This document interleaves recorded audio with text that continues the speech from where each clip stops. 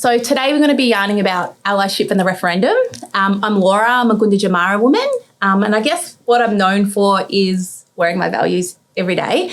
And I'm also the CEO and co-founder of Closing the Gaps. And we also have with us today... So I'm Senator Jana Stewart. I'm a Muddy Wamba Wamba woman. And I suppose I'm known for being a senator in my work life. And then I would say that, I suppose the other thing I'm known for is just also wearing my values. I love wearing Merchant Message and black brands in particular. And then I would say probably known for being pretty frank and pragmatic most of the time.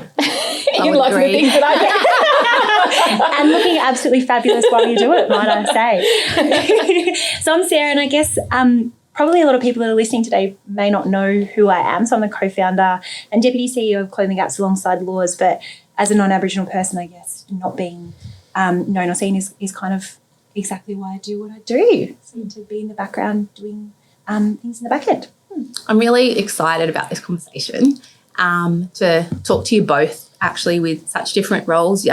Jana, you're my sister-in-law, but you're also a senator. How cool is that? And Sarah, like my business partner, and, a non-Indigenous person who supports me in the work that I do every day in community. But we love fashion, and I know you love fashion too, Jana, like where there's only weeks until the referendum. There is.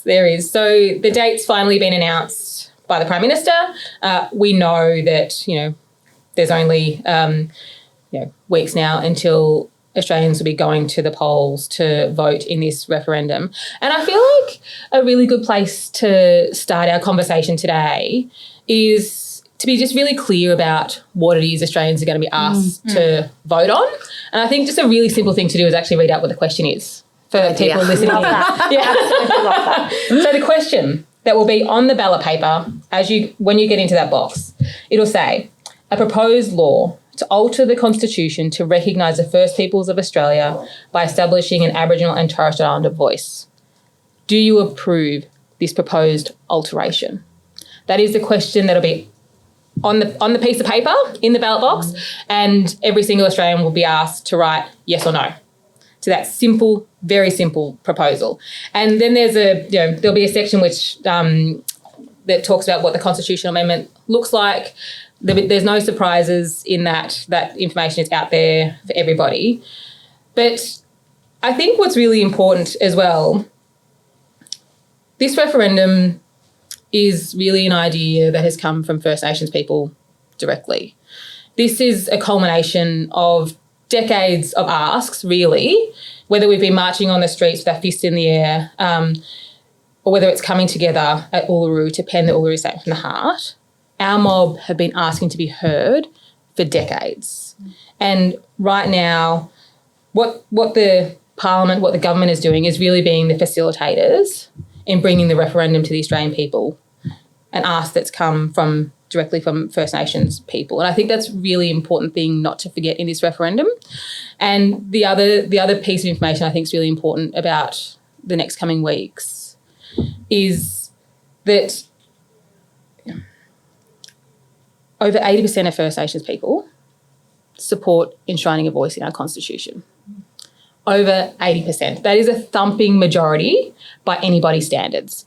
No other community would get held to a higher standard than over 80%, and First Nations people are somehow divided on this point. And I would say while we might have different ideas about getting better outcomes for our mob, one of the things we do agree on is that where we are right now in our journey in this country, whether it's health, education, jobs, housing, whatever you name the sector, whatever it is, our mob are just not where we need to be. And this is an opportunity to really start to turn the dial on that.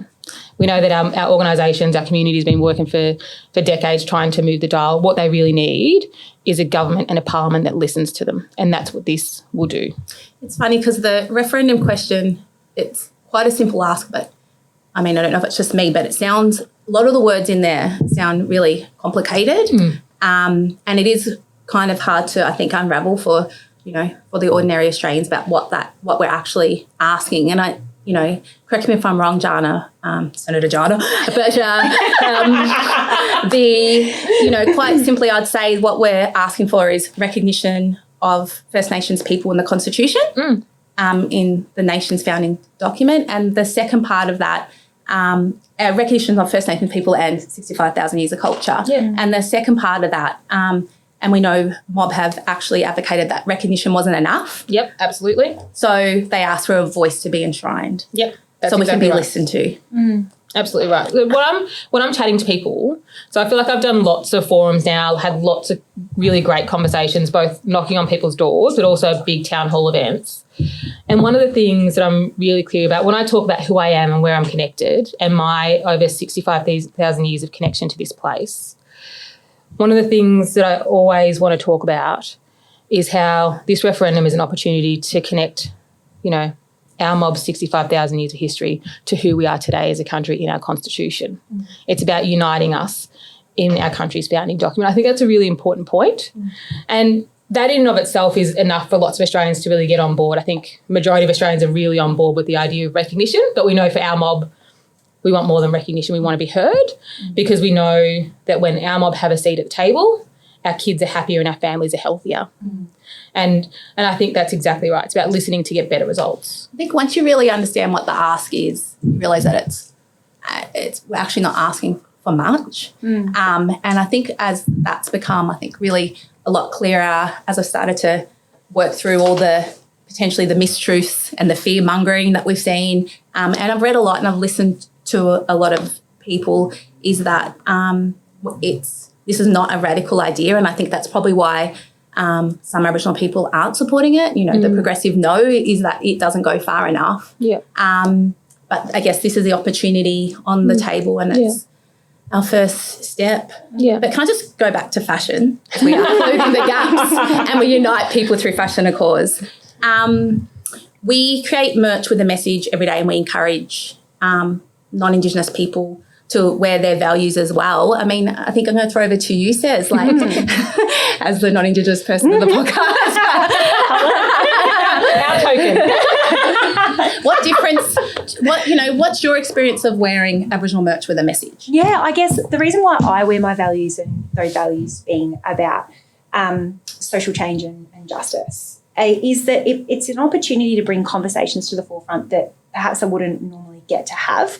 For people that know me, they would know that I probably would actually go up to somebody in the coffee line and say, hey, I'm Sarah and I care about First Nations justice and issues. But my like that in that voice? Pretty much, yeah. But me wearing a statement tee, merch with a message, that conversation starter literally lets those conversations happen really naturally and sparks that curiosity in other people. And whether they actually ask you about it in that moment or whether it just sets off that piece of wondering and then perhaps they Google it on their phones and it's an opportunity for them to engage in the conversation, then that's that ripple effect of bringing people in. Because I think, Laws, you spoke about it so well in that there's been so much fear-mongering and I couldn't agree more. When you understand what it is and what the option is on the table, as a non-Aboriginal person, I'm so excited at the opportunity to finally enshrine acknowledging and celebrating and respecting the true, deep, rich, amazing history of this country and culture that we should celebrate so much more than what we do. And I think this change, this simple change in the Constitution that should just happen is a really great step towards that. I think when people who are perhaps sitting there wondering, this is a lot, it's very scary, I don't know about this, when they actually unpack it and sit in that curiosity and let some of that fear, sort of that barrier of not getting it, drop away for a second and listen, I think they would understand that this is really exciting and it's something that we should be grabbing with both hands and running towards. Yeah, absolutely. And there's two things really from what you said that just made me think about something. The first is I actually really love when I see allies wearing merch with a message. Just on the tram the other day, travelling through the city, I seen two people wearing shirts separately from each other. One person was standing on the corner across the road, another person on the tram, both wearing Yes shirts. And in that moment I thought, I love that. And in my mind, I thought, thanks for walking with us. Thanks for standing shoulder to shoulder with us as we head towards this referendum. And it feels like a lightening of the load, like we're not carrying it on our own. And I think that's really important. I love that they're proud to stand with First Nations people. And I think that's what wearing merch with a message really demonstrates in a really kind of visible way. And I love that. Jana, those two people that you saw from the tram that were wearing that Yes T-shirt, what messages would you hope that they're sharing in the conversations that they're starting with the people in their circles of influence about the upcoming referendum? Well, I think them wearing their shirt really says that it puts really clearly what their values are, what they care about. Just a little bit. And there were two different types of shirts, right? Like one was the Yes 23 messaging, and another was a different type of messaging which I hadn't seen before. Probably from Redbubble. They're going off at the moment. Don't buy it from Redbubble. I think the other thing that it does is it says to anybody who might be curious about it that you probably have a conversation with them about it. And what I hope they're doing is sharing with people why they're supporting the referendum. Because I think that's one of the most powerful things that allies can do in this referendum, which is you don't have to be expert in all things referendum, actually. If you just have a simple conversation with somebody and talk about why you're voting yes, that is incredibly powerful. And that is an opportunity to, one conversation at a time, really change the character of who we are as a nation. I think, for me, and it's not just with the referendum, but we think about the Free the Flag example. So many people brought the Free the Flag tees and had that conversation. And I think you're right, Jana, it does lighten the load. And in order to create the change, it just can't be Black people talking about Black issues and causes. We know that. And, we're born into political T-shirts. We talk about that. It's like, oh, thank God there's other people, joining us on this. And we've seen a real shift. And it's a visible shift. We talk about the power of, actually seeing that support out in the community and how it makes you feel. But there was this one instance in the shop just last week where an elderly man come in and he said, do you have any Yes T-shirts? I said, look, no, not at the moment, but we've got Voice Truth T-shirts. He goes, I need to buy one. And I was really intrigued because he wasn't our usual Brunswick hipster supporter community. But at the same time, I'm like, cool, this is you need to be having these conversations in your circles with an older generation. And I said, why are you buying it? And he goes, well, I need it. I need this T-shirt to have this conversation with my friends because right now, I don't think they're supporting Yes, and I'm really upset by it, and I need to talk to them about it. And I thanked him and I thought, thank you. And generally, I'm not going to be talking to his friends. I live in a Black circle. I've created a Black business. I surround myself with, mostly Black people because that's my community. That's where I feel safe. And I think for a lot of Aboriginal and Torres Strait Islander people, they live within their own communities. And we can't infiltrate those white spaces a lot. So we need non-Indigenous people, who've educated themselves and listened a lot to have those conversations in those circles because they're the ones that can actually get in there. And I'm not here trying to sell a T-shirt, but when you wear your message or you wear that badge, it really does open you up to sparking that conversation in your space. Absolutely. And I think it is another way of elevating Black voices, right? Because I think about when I wear Black brands into the chamber or when I'm going and, doing events at, wherever it might be, at conferences or, travelling overseas, I make a really deliberate decision to wear Black brands because it does have, I love to have conversations about how great our mob are and how we can be in these spaces too. And I'm always, talking about, look at this particular brand. Aren't they really great? You should check them out.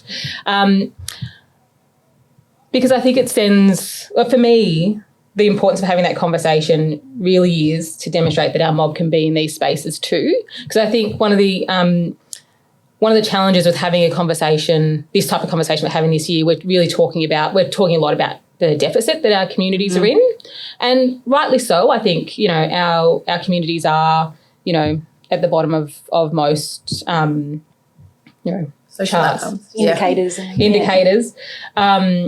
But our mob can be excellent at what they do too. Clothing the Gaps is a really great example of that. And our other Black brands are too. We can occupy these spaces and be really great at it. And I think it's a demonstration that when we have the opportunity to step into this space, to I don't want to. I kind of want to say have a seat at the table, but we're really creating our own tables in lots of these circumstances, and just forging the way forward. And when we do get the opportunity to do that, we're great. And I guess the voice is an opportunity to create that separate table in a way, and have that structure and system to enable that. Absolutely. And I've travelled around the country talking to lots of mob about what this referendum will mean for them. And the really clear message is that they're really fed up with the inconsistency of governments and parliament. They're really clear we've got the answers to the challenges that our communities face. We need a seat at the table so we can be heard, because we know that's what will get the difference for our mob. And that's what this referendum is really about. It's about our mob having a seat at the table to get the change that our communities need. And I think one of the things that I hear a lot of the time from the other side is, there's already so much money that's spent on Aboriginal affairs. And more bureaucracy. More bureaucracy. And what I think about is there is nobody more frustrated at the amount of money that gets spent in Aboriginal affairs for zero or very little outcomes than we are as the Aboriginal community. So I think, so we know that this will lead to real and tangible outcomes for our mob.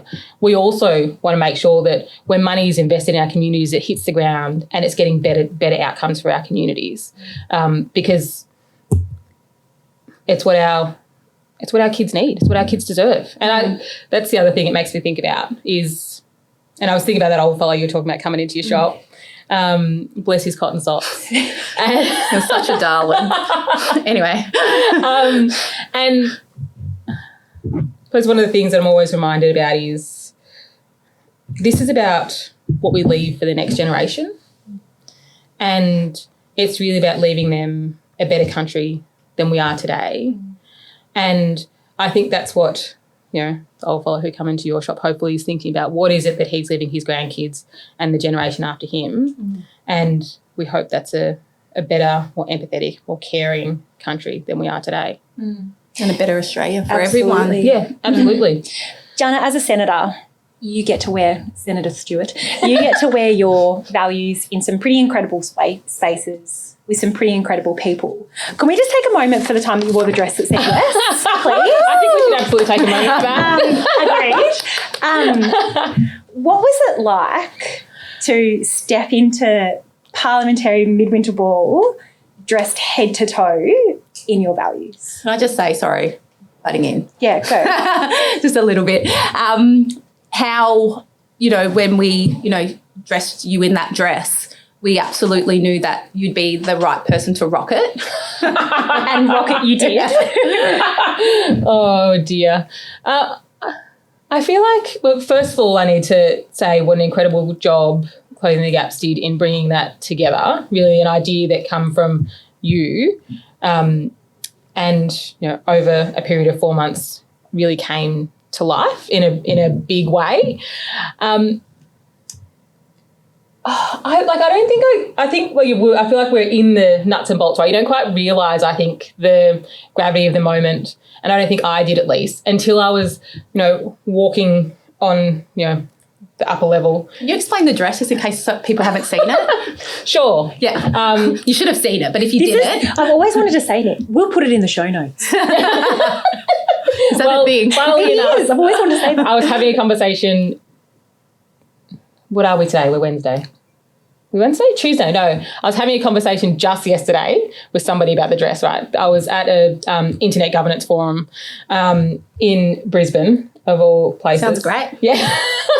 And a woman came up to me, she's like, I seen the dress and I loved it. I loved it. And there was a woman who was standing next to her who hadn't seen the dress. So then, of course, I get up the YouTube thing and say, look how great this dress is. So it's still sparking conversation. So it's this beautiful one-shoulder dress, silk, and it is has printed on this beautiful silk the words from the Uluru Statement from the Heart, with particular, I suppose, keywords drawn out, like self-determination, for example. And the dress also had little or big red embroidered yeses all over the dress as the dress. And then I feel like there was this decision towards the end of the process to wear this big red velvet, puffy shouldered, I don't know what you'd call it. It was drama? Anyway, it was so extra. Bolero? It was so bolero with long things at the front, with a big YES. Took about 4 hours to embroider. Embroider, that's the word I'm looking for. On the long thing at the front of the dress. I'm not doing a very good job of describing it, but it felt as I was kind of walking towards the midwinter ball, this big puffy sleeves, the long red velvet draping down my sides, a beautiful silk dress, the corset holding me in. This is true. Made that sound too when it was zipped up. I don't feel like the gravity of the moment hit me until I was at the top of the stairs. I'm like, holy shit. and I think because as I started walking down, I was walking down with my husband Marcus, everyone kind of turned and looked, and then there was like a round of applause for the dress as we were coming down the stairs. It was you and the dress. Just to clarify. It's all the dress. And it just felt like a really big moment to be making a really clear statement about, just in case people were unsure, about the referendum this year, and really linking the Uluru Statement from the Heart to the referendum. Because I read a poll recently that said that 88% of Australians actually haven't read the Uluru Statement from the Heart. And so it was actually, even now when I think about it, how important it was to include the words from the statement on the dress with yeses on there, like a direct response to the Uluru Statement from the Heart, accepting that invitation on the dress itself. It's pretty powerful. I feel like I'm such a sook. I'm getting emotional thinking about the dress. I really am. Fuck. It always, excuse me. It always happens, but I think when we thought about what role Clean the Gap could do, and we spoke about before, it was really to unite people through fashion, and we've done that through the dress. And we spent a lot of time on it, and we really did want to create a fashion moment, and we did.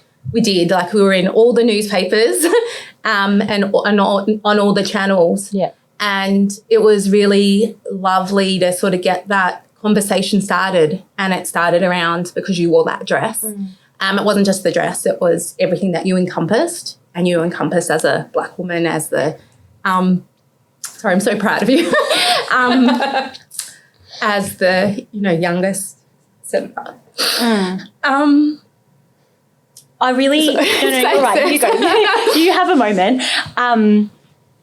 I want to share a story with you about the impact that dress has had in spaces that you probably don't think that it's had. Yeah, please. So my mum's works at a school, a high school in a really small country town where I grew up, Donald.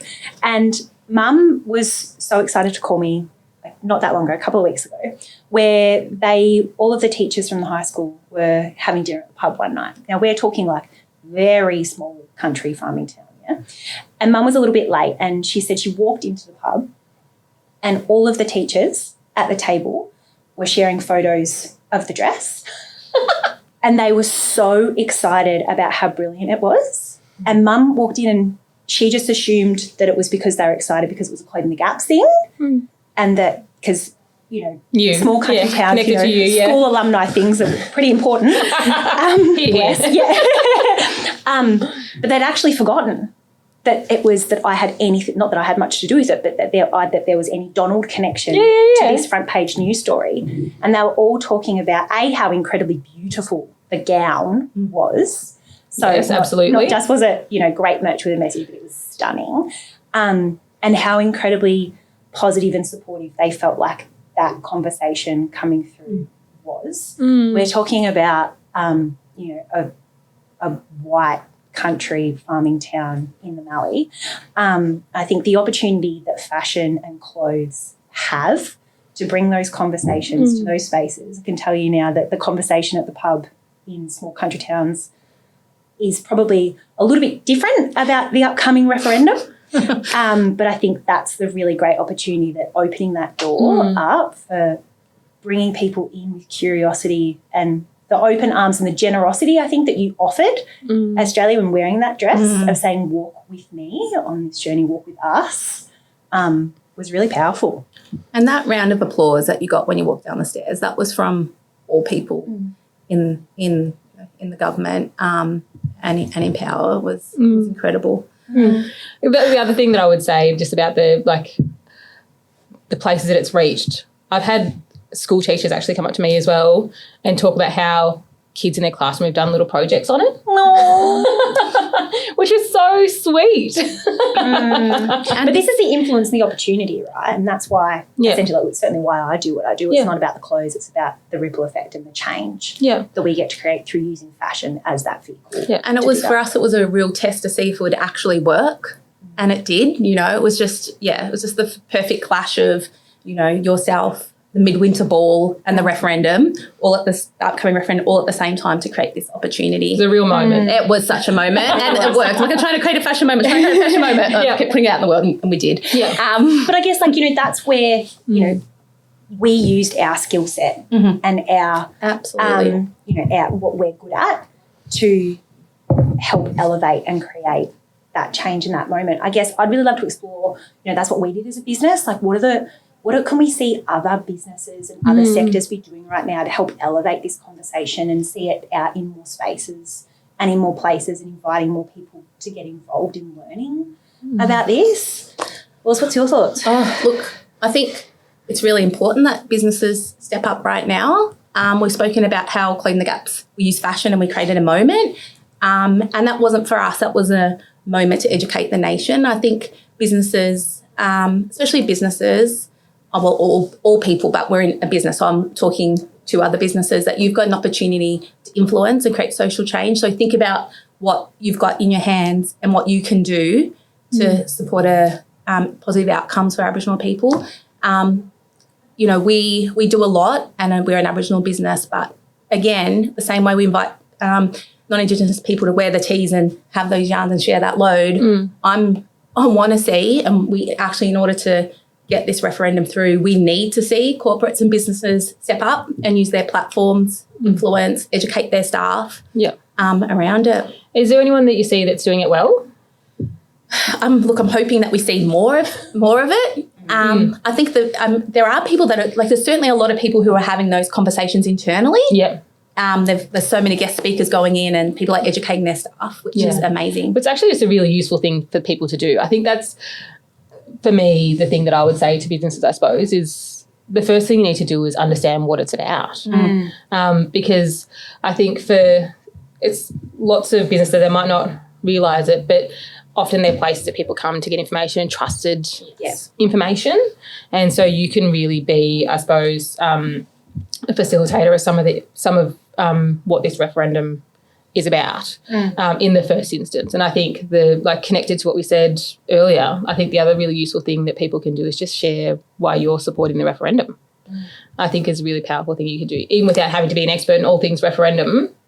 I think is a really useful thing that businesses can do. And a lot of businesses have taken public stances in support, and that's great to see, especially those businesses, if they've got a reconciliation action plan, but their leadership to come together and say, hey, is this something we support? We're going to make a public stance in support of that. We've seen Coles, Woolworths, a lot of the big banks, Qantas, come out and say they support it. I guess what I'm looking forward to seeing next is that visible support. Yeah. I suppose the kind of most recent example we've got of a big social ask is the plebiscite we had into marriage equality. In the business space, are you seeing a difference in between that and the referendum now? Look, I'm hoping something's going to change in the next week. Yeah. But, if you just think about the shopping centres, that you went to and what they look like when people coming up to vote for marriage equality, there was rainbows everywhere. I'm not seeing red, black and yellow anywhere in the shopping centre just yet. Yet. But that there is still an open door and lots of, time for people to step up in that. But I think the marriage equality vote wasn't without, its complexities as well. Like there were, unfortunately, not everybody agreed on that, but businesses still took a stand in saying this is more than just politics, this is human rights, this is an important social justice issue that we should stand alongside people in. Where we're at right now with the referendum, knocking on our door is just a defining moment in history, and I really hope that more businesses, more households, more organisations step up to that open door and say we will publicly stand alongside this change. Absolutely. I think the other parallel that I draw between the marriage plebiscite and the referendum is that people were really asked to vote on a principle. Just, do you support marriage equality, essentially? It's a simple yes or no, right? Nobody was asking, but what churches can they get married in? How long will the ceremony go for? Correct. Nobody was asking that. Everyone agreed on principle that it was the right thing to do. And that's exactly the same proposition that's before the Australian people now. We're asking you on principle, do you agree that this is something that parliaments around the country should do? They should listen to Aboriginal and Torres Strait people about the matters that affect us. It's a simple yes or no. And that's the whole point of the Constitution, right? It's not meant to be super prescriptive and have all of the detail in it. It's meant to be the guiding principles that set up essentially the frameworks of how things function. And that's why that in-depth minutiae is not in this question, because it's actually not meant to be there. No, and you actually don't want to cement a whole lot of the finer detail into the Constitution, because we know it doesn't get changed that often. And you want the flexibility to be able to make changes to it as you figure out better and newer ways to do things. That's why there's a bit of it that'll be left to the Parliament to figure out and, the Aboriginal community. But really we're asking Australians to agree on the principle. That's what's going to go into the Constitution, and you need the flexibility of the details to be done by Parliament and First Nations people, because things evolve, things change, and you need to be able to evolve and respond to that accordingly. Makes a whole lot of sense to me. Jana, one of the things I've heard you talk about is being on the right side of history. What would you say to those businesses or corporates who are unsure or a bit scared about coming out publicly? I think this is really a true test of who we are as a country. And when I'm having conversations with people, I'm really asking them to have a think about how they want to be remembered in history. In 10 years' time, in 20 years' time, what do you want to be telling your kids and your grandkids about how you participated and were activated in this conversation? And I would hope that you want to be telling your children and your grandchildren really proud stories about how you were campaigning, whether it be on referendum day or whether it's just hanging a poster in your store and having conversations with customers as they come in, sharing things on your social media, that you've got a really positive story to tell your family and friends about the role that you played to getting towards a successful referendum. Because I think history will, I hope, remember my contribution and your contribution in a really positive way, in a way that I suppose says that we stood up for our community in a way that really mattered when they needed it most. And I hope that's what other Australians will be able to say too about the role that they played. So I guess for businesses, if you had a NAIDOC morning tea, a reconciliation cupcake, now's the time to put all of those good carb loading activities into hitting the ground running in some action. Oh, absolutely. If you love a cupcake, you're very welcome to continue the cupcake tradition. And I think, if you are a business, you might not want to be, out there shouting from the rooftops about it. I think everyone can participate in this conversation in a way that they feel comfortable and safe to do. I think that's completely fine. But I would say you still have a responsibility to do something in a way that you feel safe and comfortable. That could just be having a conversation with your staff. That could be having a conversation with your immediate family and friends, a conversation with somebody at the cafe where you go and get your coffee, or that might be where you buy your cupcakes from. But you can't just stand on the spot. Because First Nations people need you to do something that gets us closer to a successful referendum later on this year. I always think you can't press snooze on this one. No one can press snooze because everyone's involved. And I really want to see the visibility piece because it does really put yourself out there. Like if you do put a poster on your house or you do wear your values or you do put a sign up in your shop, it's a real sign of it actually makes a huge difference. I think some people are worried, that, that might lead to the staff might get abused or all of those things. But I guess it's how do we're always going to have that in community. Not everyone's going to agree, but it doesn't mean that we don't try and navigate and work through those things. We just don't do it because not everyone is 100% supportive of something. Yeah. I think it's not without its challenges. No, absolutely not without its challenges. But you might be the first person to put a poster up in your store. That means the person down the road feels more comfortable to do it too. So I get that there's also safety in numbers. We talked about how important it is, that visibility piece, and how much I love allies wearing their values. Same is true for businesses. Absolutely. And I think this is creating a new culture, a new expectation on your shopping strip potentially about the types of conversations people can have here. And it's also about creating safe places for First Nations people, I think.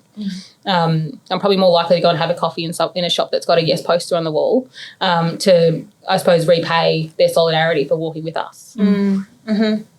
Gianni, you mentioned earlier that you were hanging out in Brizzy at an internet governance forum, which actually would find very interesting. But so it was really cool talking about how all the behind the scenes rules about how the internet works, and which is something that we've been unpacking quite a lot lately, actually, because social media is a really challenging space right now due to the racism and the hate speech and just the fear-mongering campaigns that we're seeing taking over social media at the moment. And it's really scary, I guess, because it is where a lot of people, and especially younger people, are getting their information and their news from. We're learning how we navigate our socials and some tips and tricks and things. Was Meta there? Did they have anything to say about what on earth are they doing about this? Tell us more. So Meta weren't at the Internet Governance Forum. But I did have a chance to speak to Meta last week, it was now. They appeared before a Senate inquiry where we were talking about big tech and the role that they play across a whole range of spaces.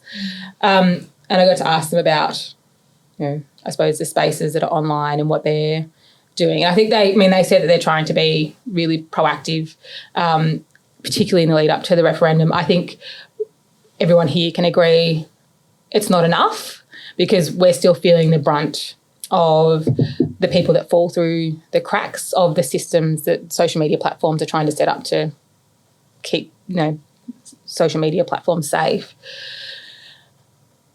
I think anybody who's speaking out in support of a referendum, I feel like there's a whole bunch of trolls who'll get online and immediately just say a whole bunch of really nasty and hateful things. So I'm really deliberate about the space that I want to create on my platform. So I'm very liberal with the block button. Block and delete. Block, delete and report. Yes. I think those three are really important.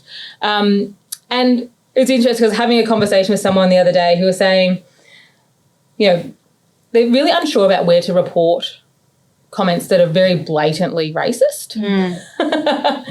So when, I don't know if you've noticed this on your page, but you go to report something, it's just horrible, and there's really only options that come up for, I think, bullying, harassment, and hate speech. Hate speech. There's nowhere to report somebody for being racist. I don't know what difference that would make. It would feel like that's a category that's missing. Well, and there's also the bit about it doesn't validate your experience of seeing the racism. Yeah, I think because that's it's almost like gaslighting you out of thinking that it is racism because the option's not there to say that it is. Yeah. Oh, absolutely. I agree. Like, was it bullying? Am I being harassed? Jana, I really loved how you spoke about, your, quite deliberate in the space that you want to create on your platform. And I think that's something at Closing the Gaps, as we're sort of trying to navigate a massive increase of racism on our platform, is saying, okay, this is our space and we don't have to give equal weight to everyone the voices on this.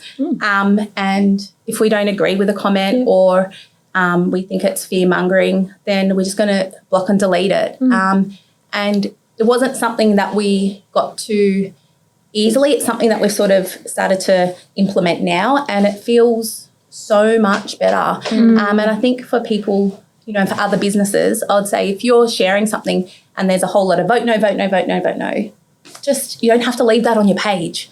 Or if it doesn't align with your values or with the position you're putting forward. You're a business. You're not a news agency. You don't have to give everyone a, equal weight of the conversation. But also if you're a brand and you've put out your position and someone's written, I'm never going to shop from you again, that's just negative. Delete it from your page. It's fine. They're our spaces. We can make them look and feel how we want. Yeah, that's and then really nice. And I think the flip side of that is businesses have a responsibility and a duty of care to moderate their comments. Absolutely. It is not enough and it's not okay to just let a comment sit there because people read those. Racism is not free speech. Racism is hate speech, and hate speech is illegal. When you let something sit on your platform, it becomes your opinion. Racism and hate speech and fear-mongering will never be the opinion of us. Therefore, it will not sit there. And it's a good way of taking power back. Exactly. All right. Couple of quick tips maybe that we've done, just if you're on social media, is that we've limited the people that can comment on our pages. So you have to follow our page to be able to comment. And Which just stops bots, really, and there's heaps of them out there. Yeah, they're not even real people. So there's some any other I practical think tips being for really social media? strategic about what kind of hashtags you're using. Limiting people to be able to comment to follow you. There's also this really great function in the back end of both Facebook and Instagram that a lot of people don't know about.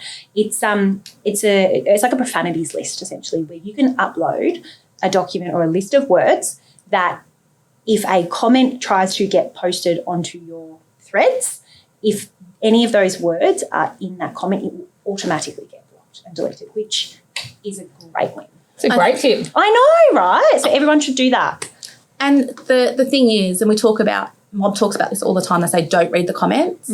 I'm done with that. That is absolutely, we shouldn't be telling people that. We should be able to read the comment. That should be the standard, and that it's up to individuals and businesses to make sure that Mob can read the comments. That is just not good enough anymore. And we all play a role in that to keep our own platforms and our company's platform safe. And I think, and Laws, you've spoken about this in one of those things of looking after yourself in this, because I try and do as much of the filtering and monitoring our comments as a non-Aboriginal person, because those words affect me in a very different way than they affect you, and that's a tool of allyship for me in this. But of just turning off the comments when you need a break. It's great. It's okay to turn the comments off. If you want to make a public statement in support of the yes and you just can't be bothered, turn off the comments. Yeah. And that's okay. Yeah. Closing final tips of wisdom or thoughts, Jana? I feel like there's so many things that I could say about this. One is that I'm really hopeful and positive that we're going to get a successful yes vote. I don't think that's necessarily, I'm not taking that for granted. I think it's going to be a really tough conversation in between now and the referendum. But really that this is a once in a generation opportunity. Referendums don't come around very often. And this is an opportunity to really unite us as a country, to really fix something that shouldn't have taken this long to fix, but we are here now, to recognise First Nations people and to hear us. It's a very simple proposition that we're taking to the Australian people as First Nations people. And I think I really want to urge Australians not to miss the moment. Yeah. Yes. Yeah, and I think in not missing the moment, I just really encourage other non-Aboriginal people to be brave and open up those conversations with curiosity and kindness in that. I think some of those conversations, whether it's with loved ones, family, friends that perhaps have really different values to you, it's okay to not have all of the answers, and it's okay to pose a question, but just to sit in it with kindness and curiosity, and hope that planting those seed sparks that opening up for them in a different way. And you're not always going to get it right. And as you said, you don't have to be the expert, but it is just so important to start having the conversation. Absolutely. And the other thing that's triggered me to think about is to really think about how we have conversations this year and with the people that you love around you, your family and friends, and how important it is to have respectful conversations, because this is a really tough conversation we're having as a nation, and to remember that the relationships you've got now will hopefully be there after the referendum. So it's even more important to make sure that the conversation we're having are really respectful. The referendum will come and go. Hopefully we get the right result in the referendum, but your family and friends will be there with you after the referendum. So it's important to engage in respectful dialogue. Yeah. And, as mob, we know that there's other mob that not everyone's voting yes, and how do we, the most important thing is family in all of this, and maintaining our relationships. I couldn't agree more. For me, I guess I think I see the referendum as not the be all and end all, but it's definitely one step forward. But if we do wake up and Australia's voted no, then it's definitely one step backwards for Australia, because we know, unfortunately, that the majority of Australians and the majority of states don't support a First Nations voice, or don't think we should be recognised in the Constitution. And what I worry about is what that means for future governments and how they might want to continue to invest in Aboriginal people. So whilst this, the referendum, it's a small thing, but it's a really important thing in order to continue to make better futures for our mob. Yeah, absolutely. And if this referendum is successful, it will send a really clear message to parliaments across the country about the expectation from Australians, every single Australian, about their expectation that parliaments listen to First Nations people about the matters that affect us. I think that is such an incredibly powerful mandate that a message that every Australian can send to our federal parliament, and make sure that you're there sending that message. We've got lots of work to do in the next couple of weeks. We all do.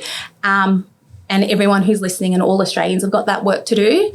So I think we need to get it done. Have those yarns. I think it's. I think the power of a conversation can really be underestimated. One of the things that we know, I was listening to Yes23 saying that if every person who's very overtly supporting a yes vote in this referendum just has a conversation with just two other people and persuades them to vote yes, we win this referendum. 2 people is all you have to have a conversation with. How incredibly simple is that for you to do over the next couple of weeks? I hope you have conversations with more people than that, but that is a really practical thing that people can do in between now. And fact check. Yeah. Fact check. But I think that there's one thing there's one thing for me that I think about as I've travelled overseas as well. This referendum is also about the character of our country. It's about who we are as a nation. And it's really about saying to First Nations people that we see you and we hear you, and sending a really clear message to the world about how we value the oldest continuous culture in the world. And on that, Jana, what a lovely way to close off this podcast. So now Jana and Sarah, I'm Laura. I'm not the podcast host. It's usually Stewie. Daddy cool. But thanks. Thank you so much for giving us the time and allowing us in your office space to have this conversation at such an important time in our history. So, yay. Thanks.